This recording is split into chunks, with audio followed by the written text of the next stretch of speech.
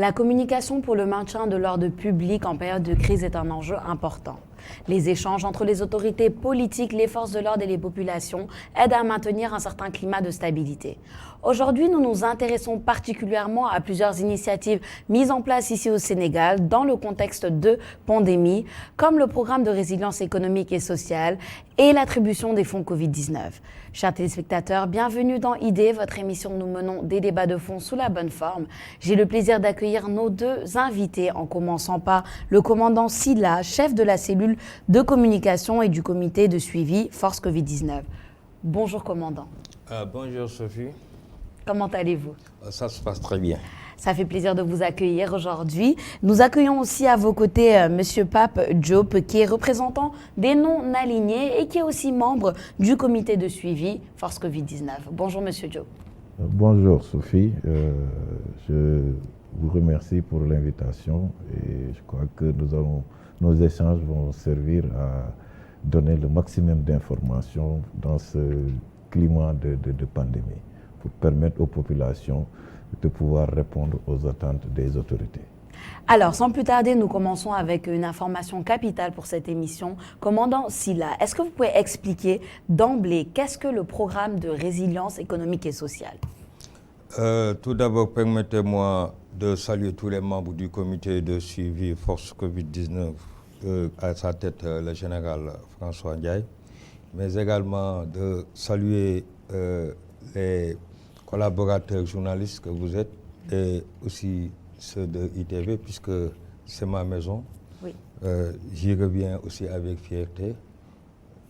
Pour le programme de résilience économique et sociale, c'est un fonds qui est doté de 1000 milliards, axé sur 4 piliers. L'un, c'est sur le domaine de la santé. L'autre, c'est sur la résilience sociale des populations. L'autre, c'est sur la commission macroéconomique et le dernier sur les hydrocarbures et produits de première nécessité. En grosso modo, voici ce programme. Maintenant, comment c'est venu? D'abord, dans un premier temps, il faut remonter un peu vers le 2 mars 2020 où on a eu le premier cas de Covid-19. Le 23 mars, avec le décret 2020-830, l'état d'urgence sera décrété. Pour accompagner les populations face à cette situation, on va créer ce qu'on appelle le fonds de riposte et de solidarité Force Covid-19 avec le décret 2020-884. Je m'arrête sur cette force qui a deux compositions. Celui qu'on appelle le conseil stratégique et l'autre qu'on appelle le comité technique. Le conseil stratégique est dirigé par son Excellence, Monsieur le Président de la République, chef suprême des armées, qui a déclaré la guerre à cette pandémie, mais également le comité technique dont le secrétariat est assuré par le ministère des Finances. De manière avancée, voici le programme. Maintenant, ce programme, ce qui fait son charme, c'est des patriotes pétris de valeurs, d'obédience différentes, qui ont des idées convergentes pour permettre maintenant au Sénégal de suivre carrément ce qui est prévu par rapport à ce programme. C'est la version achevée même de l'intelligentsia sénégalaise que je salue, puisque quand on regroupe des gens de l'opposition, partis au pouvoir, non alignés, groupes parlementaires opposition, société civile, syndicats et militaires, je pense que toutes les branches de la société sont représentées. Et je touche du bois jusqu'à présent, ça se passe très bien et à l'entame même, ce n'était pas tellement évident.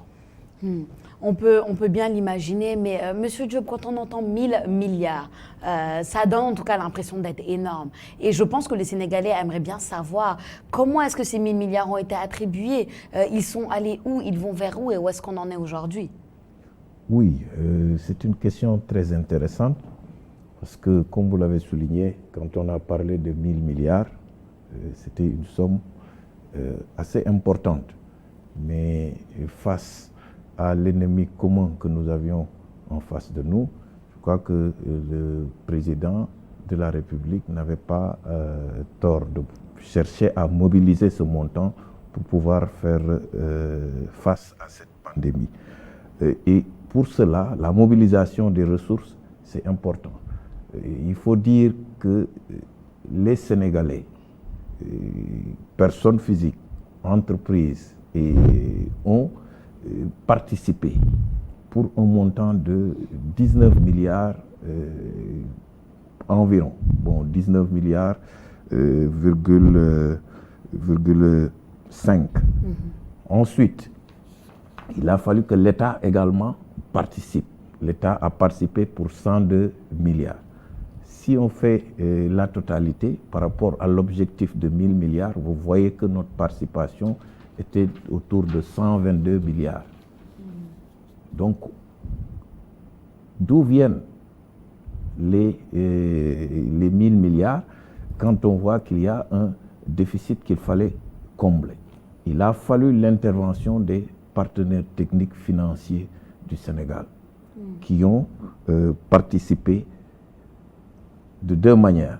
Il y a des dons non remboursables, mais aussi il y a des prêts qui sont accordés à l'État du Sénégal et qu'il faudrait également rembourser. C'est ce qui justifie. Il y a eu la Banque mondiale, l'Union européenne, l'Allemagne, la Banque islamique, la Banque ouest-africaine, etc. Et là, vous nous citez les partenaires auxquels on va devoir rembourser leur participation. Oui.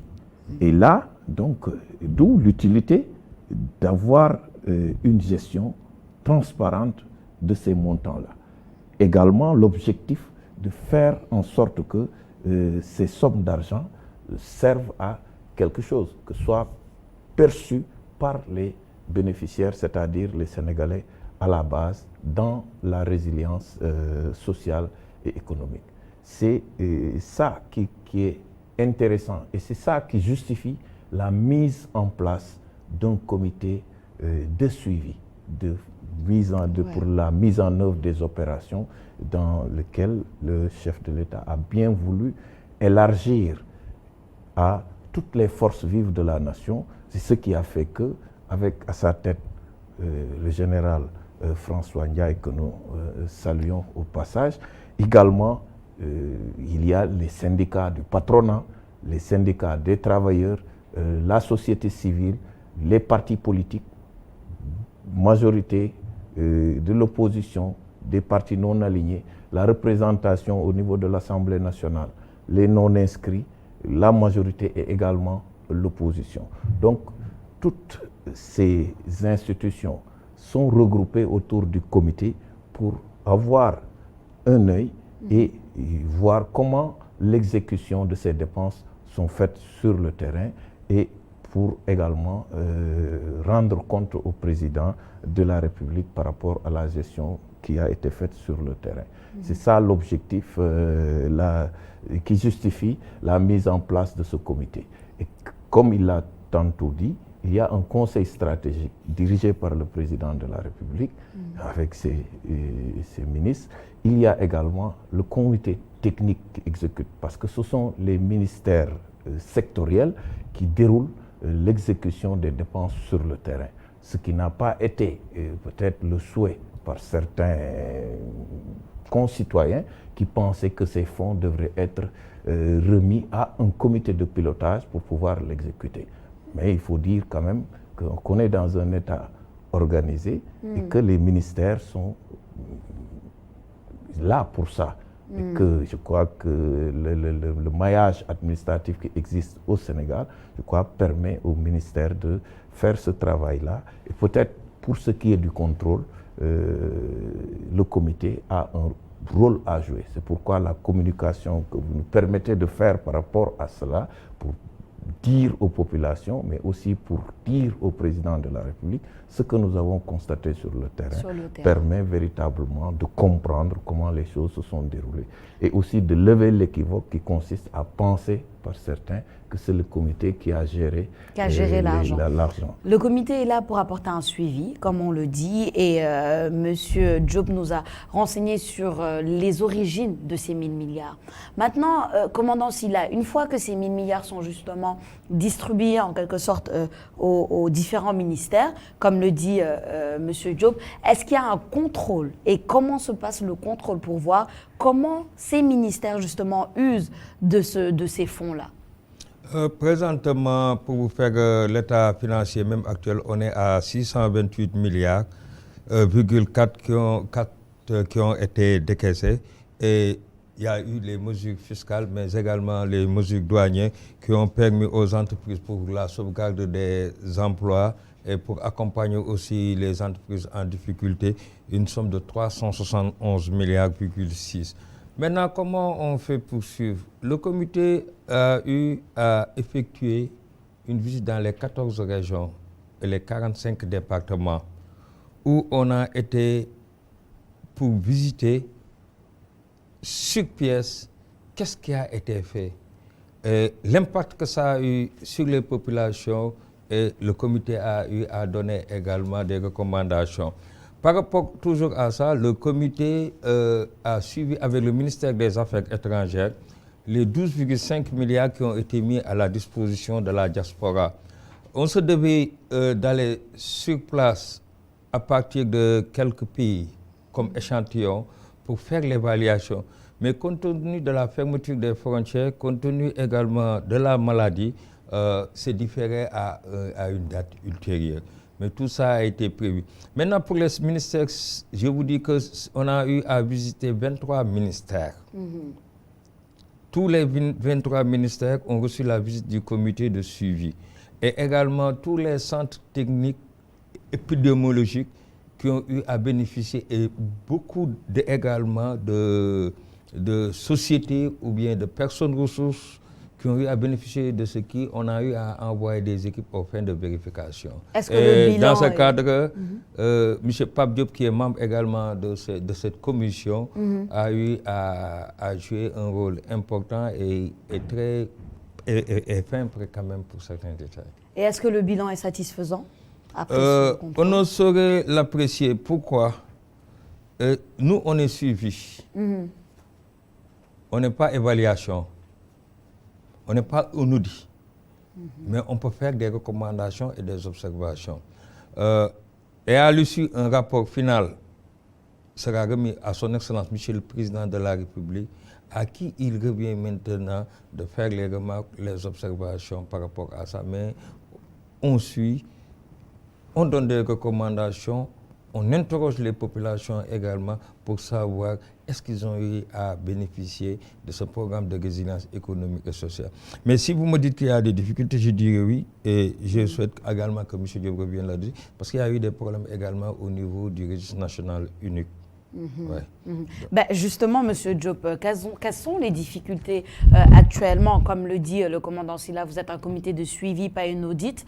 Mais dans votre suivi, quelles sont les difficultés principales que vous avez eu à remarquer? Oui, d'abord, il faut relever une chose, comme il l'a fait tout à l'heure, sur ces 1000 milliards. Voilà. Le montant total, ce n'est pas un montant qui a été décaissé. Donc, il y a une partie qui est décaissable et une partie non décaissable. Vous avez vu, la partie décaissable, c'est 628,4 milliards. C'est quoi? Tout ce qui se traduit par une sortie monétaire, c'est ça qui est décaissable et qui a été affecté à des ministères pour une utilisation bien déterminée. Pour le reste, c'est l'appui économique aux entreprises. Parce que vous avez constaté qu'avec l'état d'urgence, le couvre-feu, les interdictions de circuler d'une ville à une autre, a fait que l'économie sénégalaise a subi un coup très important. Et pour cela, il fallait soutenir les entreprises. C'est pourquoi il y a eu, par rapport à l'État, une remise fiscale. Je dis, l'entreprise qui devait venir payer ses impôts, on lui fait une remise fiscale, ça veut dire que vous n'allez pas payer tout de suite. Il y a également les TVA qu'il fallait reverser. L'État a renoncé au décaissement tout de suite, à l'encaissement de ces TVA-là pour permettre à certaines entreprises d'attendre 24 mois après pour pouvoir venir payer. Tout cela pour permettre la sauvegarde de certains emplois. Également, il y a eu un prêt qui a été un montant qui servirait de prêt bancaire aux entreprises en difficulté pour pouvoir supporter cela. Encore faudrait-il que cette information soit véritablement partagée par les entreprises en difficulté pour pouvoir bénéficier de cela.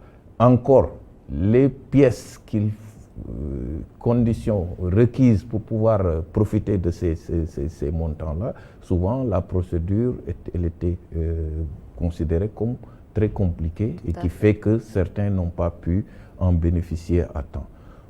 Là, c'est pour les entreprises. Maintenant, vous avez vu qu'il y avait un montant de 64 milliards pour renforcer le système de santé. Et nous étions en crise sanitaire, mais vous voyez que le décalage, on en parlait même de désert en matière de politique sanitaire, parce qu'il faut admettre que le Sénégal, ce n'est pas Dakar. Et nous avons pu constater que cette pandémie a pu montrer les limites que nous avions en termes d'infrastructures sanitaires, d'équipements sanitaires. Et cela, ça s'est senti parce que pour les tests, il fallait venir jusqu'à Dakar. Pour pouvoir traiter certains malades également, il fallait venir à Dakar. Mais nous saluons également l'ingéniosité de nos techniciens qui a permis en un temps record d'installer des centres de traitement, même à l'intérieur du pays, d'équiper également certains hôpitaux. On a vu ce qui s'est passé à Touba, par exemple. On a vu qu'également il y a un renforcement du matériel dans certaines structures sanitaires. Mais il faut dire qu'en réalité, c'est quelque chose qui devait être sur place avant même que cette maladie soit véritablement là. Et nous avons véritablement vu qu'il y a des difficultés parce que le malade de Kédougou, de Sédhiou profond, etc., pour ces gens-là ont vécu des situations extrêmement difficiles. Et je crois que c'est des leçons que nous avons tirées de tout cela et que l'État est en train de faire des efforts dans ce sens parce que vous entendez qu'il est prévu des hôpitaux de dernière génération dans certaines villes de l'intérieur et ça aussi je crois que c'est une leçon qui a été tirée. Il a dit également il y a l'aide alimentaire qu'il fallait donner aux populations mais aussi dans le ciblage des bénéficiaires. Bon, là aussi, il y avait eu énormément de difficultés. Et vous voyez qu'il faudrait que le Sénégal soit doté d'outils qui lui permettent de pouvoir, en matière statistique, de dire exactement où se situent ces personnes bénéficiaires, combien sont-ils et comment parvenir à ces populations en cas de besoin pour pouvoir les gérer. Et ça, je crois qu'on a vu des limites dans ce sens et ce qui a fait que beaucoup de bruit a coulé sur ce temps-là et le registre national, le fameux registre, n'était pas véritablement à jour et qu'aujourd'hui des recommandations fermes ont été faites. Je crois que dans ce sens, le travail à faire pour corriger toutes ces insuffisances, il est là. Des leçons à tirer, des procédures assez compliquées, vous l'avez mentionné, mais aussi l'accès à l'information qui reste important pour pouvoir bénéficier de cette aide-là. Et justement, quand on parle d'accès à l'information, commandant Sylla, vous êtes le chef de la cellule de communication. Donc j'aimerais vous demander, est-ce que vous pensez que cette communication-là et que les échanges sont assez fluides entre les autorités mise en place et les populations en termes de force Covid-19. Comment est la communication? Est-ce que les populations savent vraiment ce qui se passe et ce que les autorités font, etc., etc.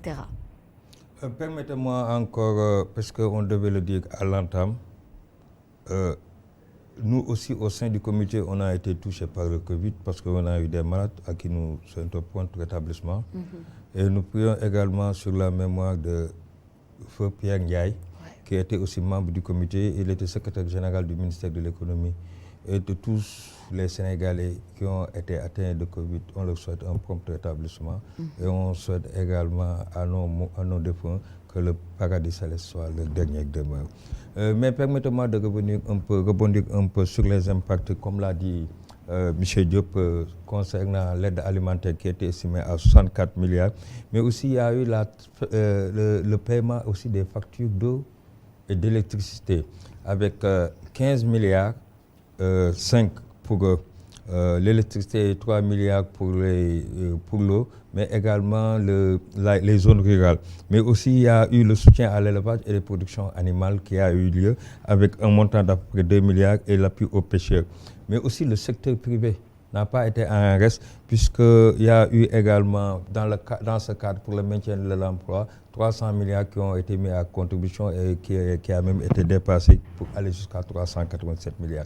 Concernant la communication du Covid-19, certains ont l'habitude de me demander quelle a été la stratégie qui a été adoptée. Vous savez, on est en communication de crise.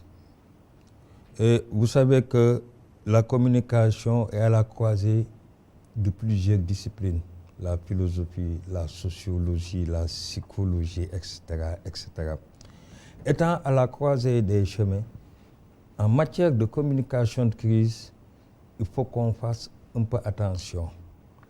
Puisque les crises sont rampantes et protéiformes et peuvent varier à tout moment. C'est dans ce cadre que le comité, et permettez-moi de saluer aussi les autorités qui m'ont choisi, en l'occurrence le général François Ndiaye, pour assurer une communication de 1000 milliards. Ce n'est pas une chose aisée. Et étant donné qu'on est en crise, on doit d'abord comprendre cette crise, les ressorts de cette crise, mettre en place une organisation adaptée et également mettre en place une communication qui s'y est. C'est un levier stratégique qui doit se faire dans la mesure pour éviter la démesure, mais aussi ça doit être d'éthique et sociale. Étant donné que c'est une crise, cette crise, elle n'a pas de stratégie. Généralement en crise, il y a ce qu'on appelle le plan de communication. Puisque la stratégie, ça donne différentes actions. Tandis que le plan de communication, en quelque sorte, c'est un outil de décision. Il fallait aller vite. La maladie est en train de gagner du terrain, les frontières sont fermées, le trafic ne va plus bien, et les couvre-feux qui sont ici, etc., etc. Il fallait aller vite et avoir une communication rassurante. Il fallait une équipe de communication, étant donné que c'est un plan, il n'y a qu'une seule composition, j'avais à le gérer. Je devais travailler avec des journalistes, mais je ne pouvais pas travailler avec tous les journalistes, compte tenu de la distanciation sociale que nous devions nous-mêmes gérer. Compte tenu de ce contexte, j'ai eu à travailler avec une douzaine de télévisions, les radios, la presse en ligne, etc., etc. Et votre télévision également et e-radio ont joué un rôle extrêmement important pour la sensibilisation. Quel est le plan qui a été adopté? Face à une crise, il faut quand même qu'il y ait des mains expertes. Le sens de l'anticipation qui permet maintenant aux communicants de pouvoir gérer cette information, puisqu'il faut que les gens fassent attention entre l'information et la communication. En matière de crise, il est plus souhaité d'avoir de la communication que de l'information, puisque c'est des affaires d'autorité. C'est un problème national. C'est une guerre qui est menée contre un petit machin. Qu'est-ce qu'on a eu à faire? on a vu les premières tendances, on a fait le bilan, on a eu nos objectifs, on a eu à faire nos cibles. On peut revenir également là-dessus, mais également les messages qu'on se devait de faire, la stratégie des moyens, la budgétisation, mais également les critères de succès et les critères d'évaluation. Venant sur la budgétisation, j'ai eu comme budget 0 francs. Puisque c'est l'occasion de le dire, je félicite tous les membres du comité. Il n'y a pas eu de prime. Aucune prime pour la communication. J'ai été au service civique national. C'est pour cela que j'invite quelquefois les gens à être plus sémantiques. Entre le bénévolat et le volontariat, ça fait 2. Tous les membres du comité sont venus comme bénévoles. Tandis que quand on est dans le volontariat, on s'attend à dire que bon, où est notre pécule? Il n'y a pas eu de pécule. On a travaillé avec un esprit d'engagement, et à commencer par votre télé et les autres télévisions et les autres radios et les autres chaînes. Il n'y a eu aucun moment où on ne m'a pas appelé, même à des heures très tardives, et on a toujours donné la bonne information. Et également, on a eu, et je félicite également votre télévision, de même que les autres télévisions, c'est une TV, autres qui m'ont accompagné en Casamance, vous aussi qui m'avez accompagné en Casamance, et surtout Africa 7 aussi, qui a été sur tous les têtes et qui a fait les plus grands documentaires. Donc nous devions de communiquer, nous devions également de montrer qu'est-ce qu'on a à faire, on l'a fait, et je pense que ça a été socialement responsable. Dans un premier temps également, parler de budgétisation, ça a été faisable, comme on devait le faire avec les généraux. Et également, on a vu que ça a été quand même managérialement convaincant. Ce n'était pas facile, parce que depuis le mois d'avril, on y est. Et ce comité qui a été créé par le décret 2020-965 composant les membres et le décret 2020-966 portant la nomination du président, jusqu'à présent, on travaille dans un esprit fraternel, on est compact, homogène et indissociable. Et pourtant, nous venons d'horizons et d'opinions diverses. Au début, cette communication n'était pas évidente. Moi-même, j'étais un peu paniqué parce qu'on me dit que le parti pouvoir, ils ont le calendrier. On me dit l'opposition, ils ont le calendrier. On me dit la société civile, ils ont le calendrier. Mais aussi, grâce à un esprit de dépassement, on a su manager toutes ces forces en vue d'être solidaires, puisque rien d'autre n'intéressait l'ensemble de ces composants que l'intérêt supérieur de la nation. Merci en tout cas pour toutes ces informations, commandant Sylla. Monsieur Diop, une question un peu décalée pour vous, si vous me permettez. La relation entre les forces de l'ordre et les populations, d'une manière générale, au Sénégal, j'aimerais qu'on fasse une petite historique et qu'on adapte cette historique-là à la période de couvre-feu.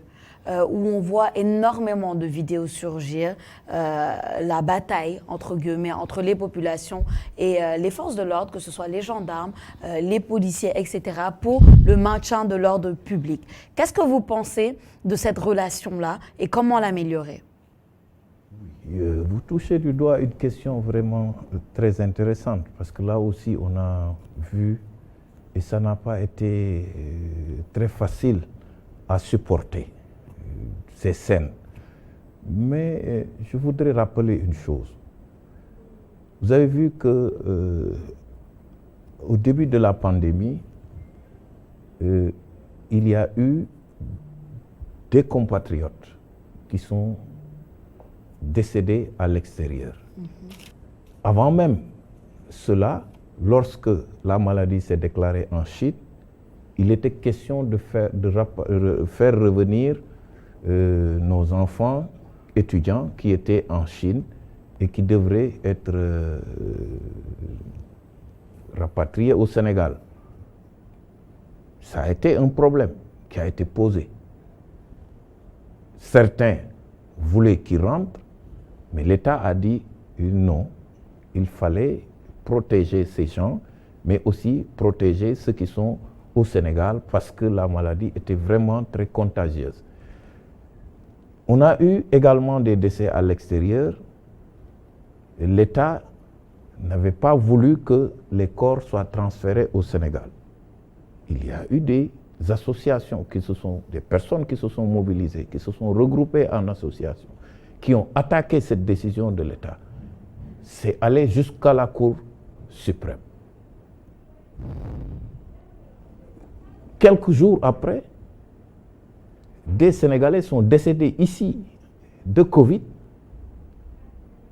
et ceux qui demandaient à ce que des corps soient rapatriés refusent à ce que ces corps soient des corps décédés au Sénégal ne puissent pas être inhumés au Sénégal. Les gens sont allés jusqu'à attaquer les forces de l'ordre, jusqu'à attaquer nos agents de service d'hygiène, les volontaires de la Croix-Rouge, jusqu'à caillasser des ambulances, des corbillards. Qu'est-ce qu'on veut en réalité? Et je crois que nous avons une situation qui mérite véritablement une réflexion profonde, une remise en cause de nous-mêmes en tant que Sénégalais face à certaines situations. Je crois que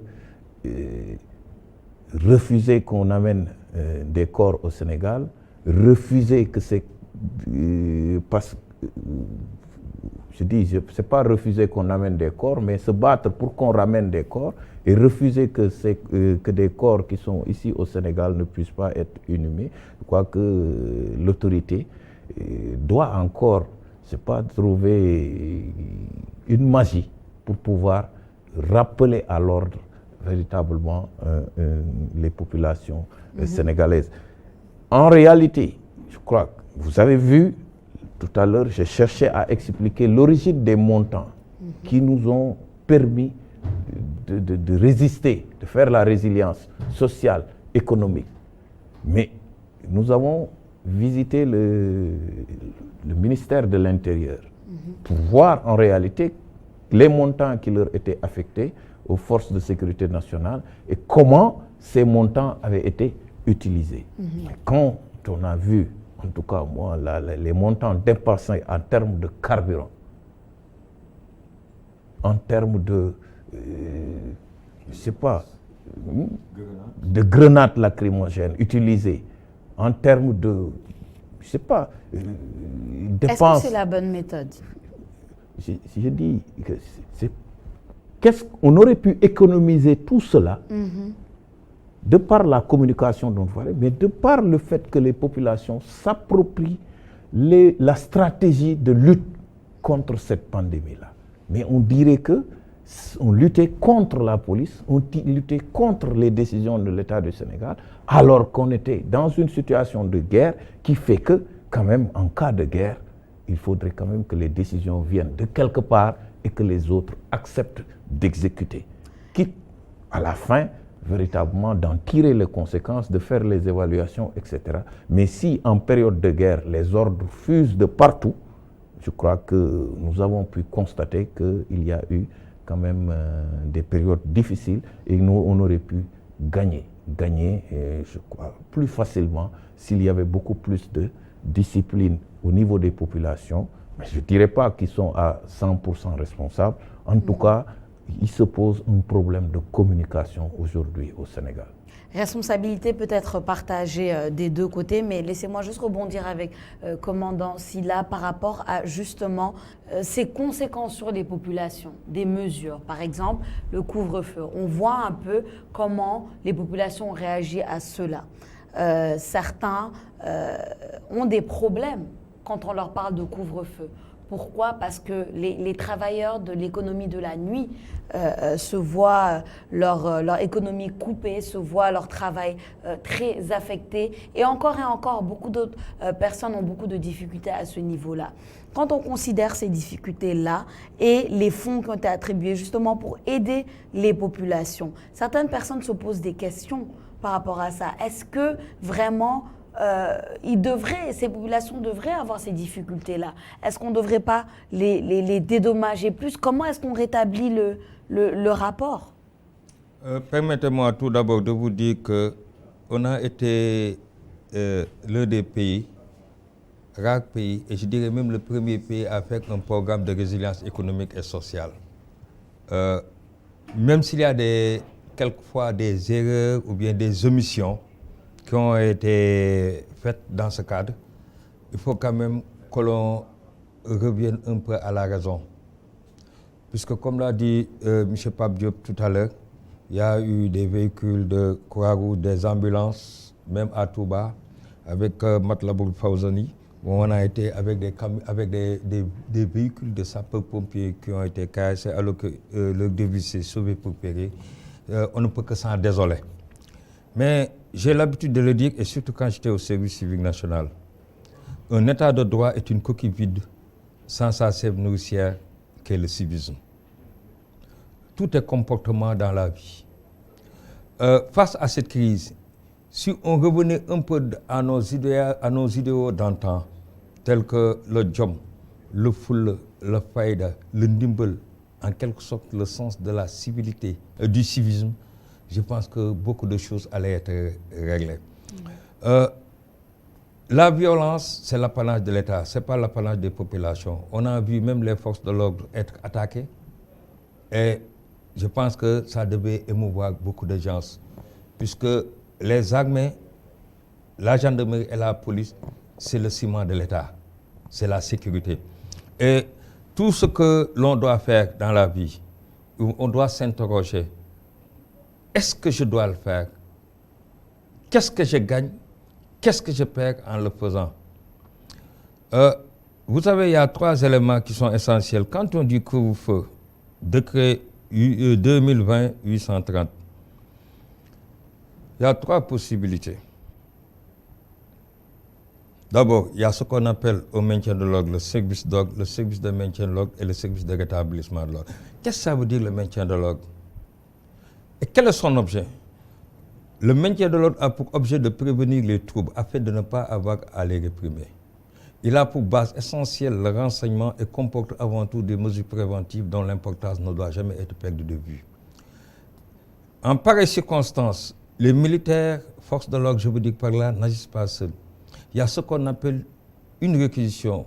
Il y a ce qu'on appelle la réquisition générale, une réquisition particulière, une réquisition spéciale. Et chacun de ces cas de figure émane de l'autorité administrative. Nous devons d'abord, face à ce petit ennemi, mais grandiose aussi, ce petit machin qu'on appelle virus, que chacun revienne à la raison. Vous allez dire, les gens, les travailleurs de nuit impactés. Couvre-feu le jour, donc, les travailleurs de jour impactés. C'est une situation qui est désolante. On ne doit pas accepter cette fatalité, certes. C'est la raison pour laquelle on a créé le programme de résilience économique et sociale. Mais aussi en le créant, il faut que chacun accepte de faire un sacrifice de son côté. Ce n'est pas facile, c'est dur. Mais est-ce qu'on est le seul pays impacté? C'est tous les pays du monde. Cette crise est générale. Et comme le disait Martin Luther King, les policiers jettent, ou bien les gendarmes jettent, ou bien les militaires jettent, ou bien les populations jettent, ça n'a pas d'importance. Il faut qu'on apprenne à vivre ensemble. Et Martin Luther King nous disait, si nous n'apprenons pas à vivre ensemble comme des frères, nous allons tous mourir comme des idiots. J'ai l'habitude de le dire, le Sénégal a beaucoup d'intellectuels au kilomètre carré. Prenons le temps de nous aimer. Prenons le temps de nous dire la vérité. Prenons le temps de nous aider. C'est des situations, j'en suis sûr, je n'étais pas encore né. Les temps de peste et tout ça. Ce qui est sûr, aucun Sénégalais ne s'est laissé l'autre. Personne ne mangeait et laissé l'autre. Mais maintenant, il faut qu'on fasse l'introspection pour voir nos comportements. Puisque dans la vie, pour avancer, il y a 3 situations. D'abord, d'où est-ce que je viens, dans le passé? Où est-ce que je suis? Où est-ce que je vais aller? C'est assez passionnant en tout cas de voir cette analyse et d'écouter cette analyse. Monsieur Diop, j'ai quand même envie de rebondir sur les dires de commandant Sylla. Des policiers ont été attaqués, des gendarmes ont été attaqués, la population aussi a été attaquée. Ce qui est important aussi à retenir, c'est que les forces de l'ordre sont justement là, d'une manière théorique en tout cas et logique, pour la sécurité de tout un chacun. Est-ce que vous pensez que cette notion a été perdue au niveau des populations? Comment est-ce que les populations voient de nos jours les forces de l'ordre? Est-ce que justement c'est parce que cette notion de cette personne qui est en tenue pour me protéger est perdue qu'il y a cette opposition? Oui, je crois que c'est un problème de confiance.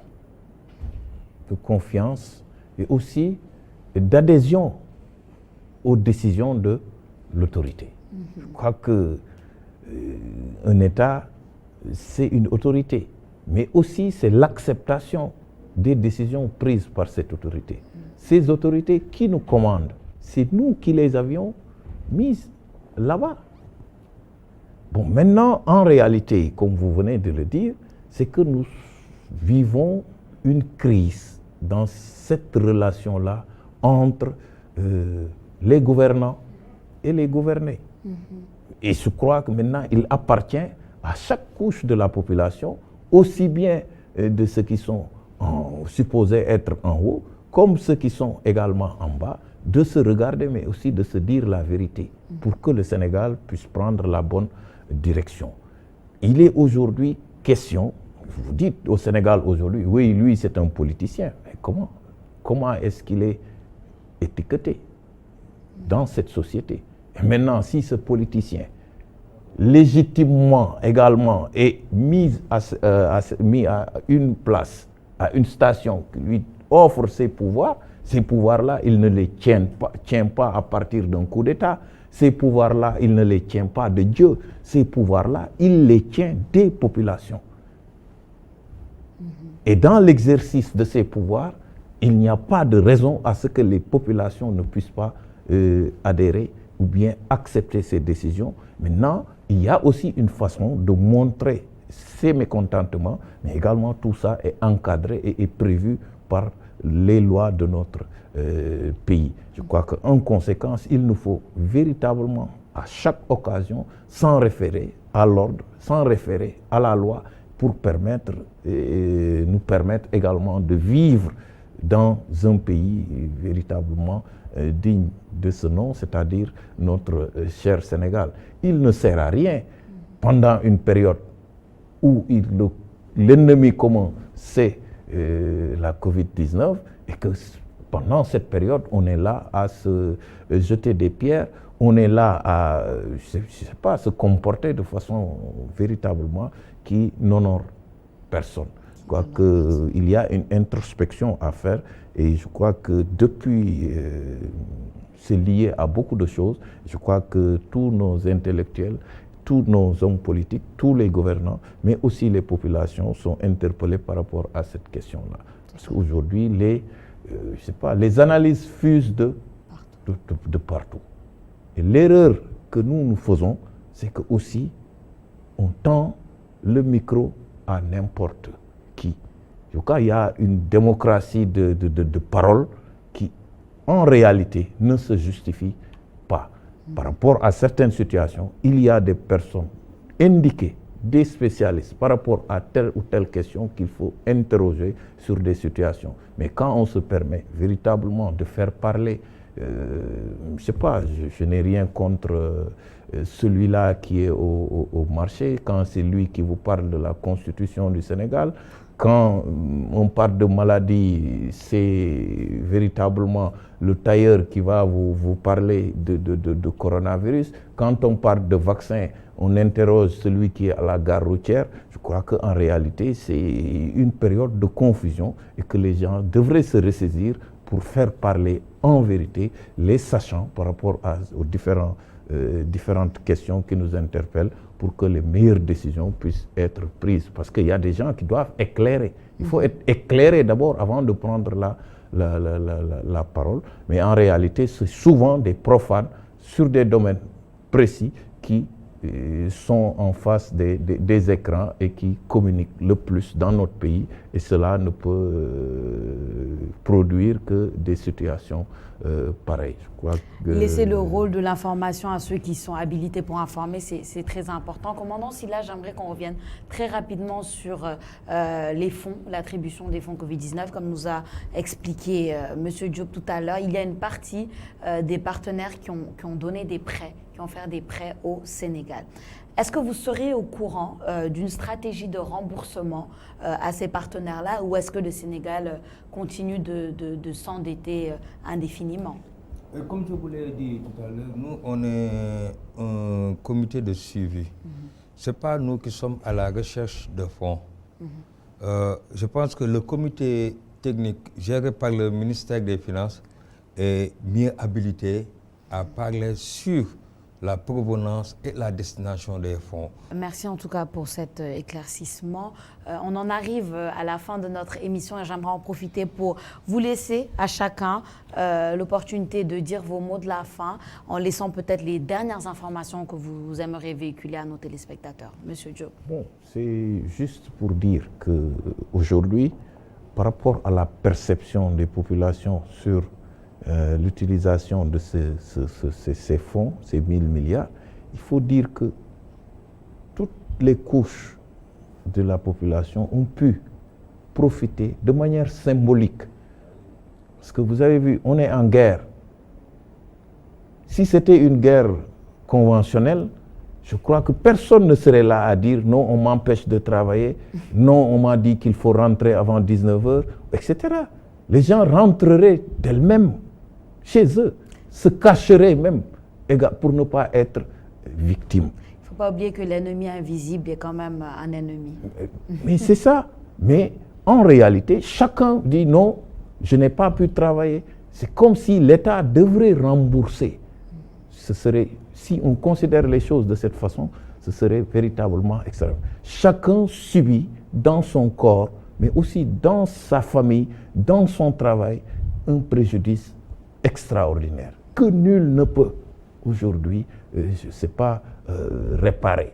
Je crois qu'en cela, il y a des efforts qui sont consentis et ce que nous venons de dire, 1000 milliards, ce n'est pas gratuit, 69 milliards dans le domaine de l'aide alimentaire, 12,5 milliards pour soutenir les gens qui sont dans la diaspora, l'électricité, la tranche sociale, l'eau,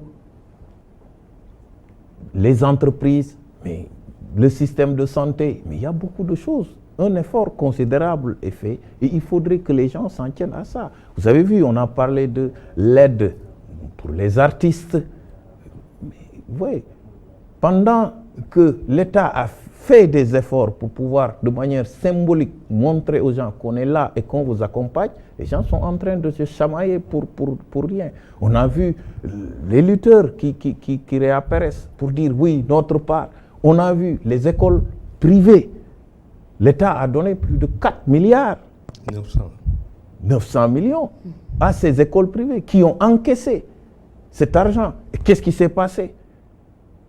On se pose la question. Ils reviennent pour revendiquer les 3 mois d'arriérés aux parents d'élèves. Qu'est-ce qu'ils auront perdu? Qu'est-ce qu'ils auront perdu? On ne va pas en guerre dans cette situation et s'enrichir par rapport à cette situation. Non, il faut que les gens acceptent de part et d'autre de subir une petite perte par rapport à la situation. Et moi, je lance un appel, surtout par rapport à ces écoles privées-là. La liste des écoles qui ont bénéficié de cette aide, mais elle est une liste qui est là et elle doit être accessible. Et que ces gens qui revendiquent le remboursement, mais où est le manque à gagner? Si l'État a donné une subvention, vous l'avez reçue, mais remboursez cette subvention-là, puisque les parents viendront payer en lieu et place de... Et le parent d'élève, c'est qui? C'est vous, c'est moi. Ce sont ces 19 milliards qu'on avait donnés. Ce sont ces 800 milliards qui devraient être remboursés à des bailleurs, etc. C'est encore vous et moi. Donc, il y a des situations quand même qui méritent d'être mises sur la table et d'être réglées. Mais en réalité, je crois que nous sommes toujours en période de pandémie, mais le bilan se fera et qu'à un certain moment, je crois qu'il serait très utile de prendre des décisions rigoureuses sur certaines choses pour nous permettre d'aller de l'avant, mais aussi de pouvoir supporter demain des catastrophes qui pourraient survenir. Je crois que moi, c'est la leçon que tout le monde devrait pouvoir tirer de la situation-là. En tant que membre du comité, je crois que maintenant, le reste, c'est remercier les membres du comité qui, tous les jours, de manière bénévole, comme il l'a dit, se sacrifient pour pouvoir tirer au clair